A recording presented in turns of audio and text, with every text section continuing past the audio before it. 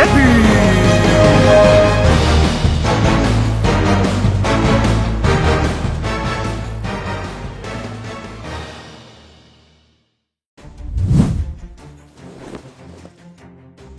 Bonjour les enfants. Tsepi et moi sommes en mission. Nous allons à la découverte de la justice. Ce n'est pas si simple. C'est pourquoi nous avons besoin de votre aide. Venez avec nous et aidez-nous à résoudre les situations suivantes.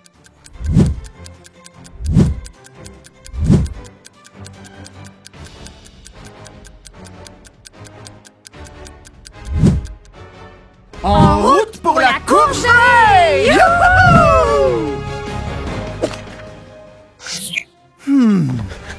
Cette course est-elle vraiment juste pour tous? Bien sûr, tout le monde doit courir 50 mètres et franchir 5 haies. C'est tout à fait juste. Mais regarde de plus près, le monstre jaune a de longues jambes et peut facilement sauter par-dessus les haies. Un autre peut même voler par-dessus. N'est-ce pas injuste? Si. Et pour le monstre rouge, les obstacles sont bien trop élevés. On devrait peut-être réfléchir à un moyen de rendre la course plus juste pour tous. Le petit monstre pourrait-il recevoir un peu d'aide? C'est une excellente idée, Tsepi! Mais est-ce que ce ne serait pas à nouveau injuste pour les autres? Alors, les enfants, qu'en pensez-vous? Comment pourrait-on rendre la course de haies plus juste pour tous?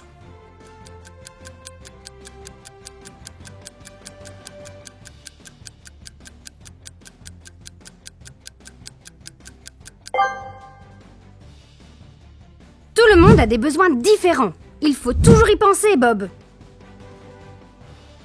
Oh, nous avons reçu notre première médaille! En route pour la prochaine mission! Youhou! Oh là là, Bob! Quel désordre! Des bouteilles d'eau, des vêtements, tout traîne et personne ne prend soin de ses affaires. C'est vrai, Tsepi. Ici, tout le monde fait ce qu'il veut sans se soucier des autres. C'est là que des règles précises sont utiles. Mais les règles ne sont utiles que si tout le monde les respecte. C'est vrai. Pourtant, les règles sont bien mieux respectées si tout le monde a eu la possibilité de participer aux décisions. D'habitude, ne préfère-t-on pas les règles qu'on a fixées de l'œil soi-même? C'est vrai, Bob. Et si nous réfléchissions tous ensemble aux règles dont nous avons besoin dans la classe? Devrait-on demander l'avis des enfants? C'est une super idée! Discutez-en dans votre classe. Quelles sont les règles que vous aimeriez changer ou introduire? N'oubliez pas, il est important que la plupart de vos camarades trouvent les règles utiles.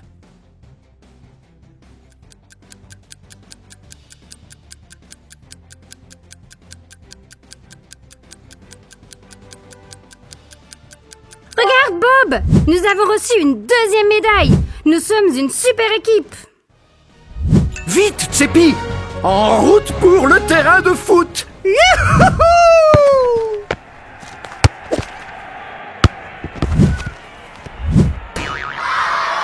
Bob, peux-tu nous aider? Les monstres se disputent dans la cour de récréation. Que s'est-il passé? Un monstre a été bousculé en essayant de marquer un but. Peut-être pourrait-on lui donner une deuxième chance de marquer un but? Injuste! Mais les autres monstres ne seraient pas du tout d'accord.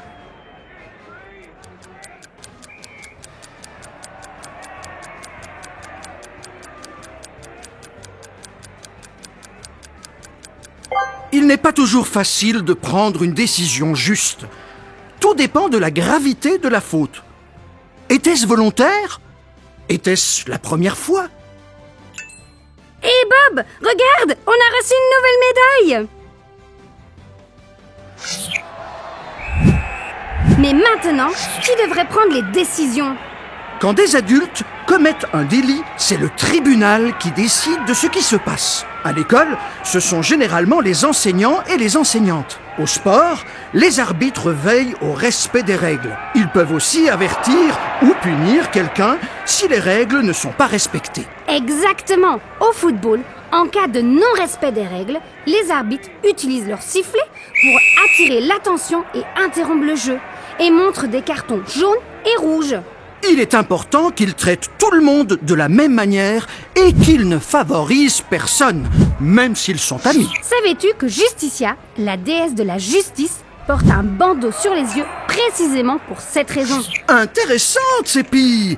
Ainsi, elle ne voit rien, reste impartiale et peut juger de manière juste pour tous. Mais bien sûr, on ne peut pas bander les yeux des arbitres pendant un match de football. Blague à part. À vous les enfants. Pour quel match auriez-vous besoin d'un arbitre? Et que faut-il savoir pour être un bon arbitre? Qui pourrait jouer ce rôle dans votre école et veiller à ce que tout se déroule de manière équitable dans la cour de récréation?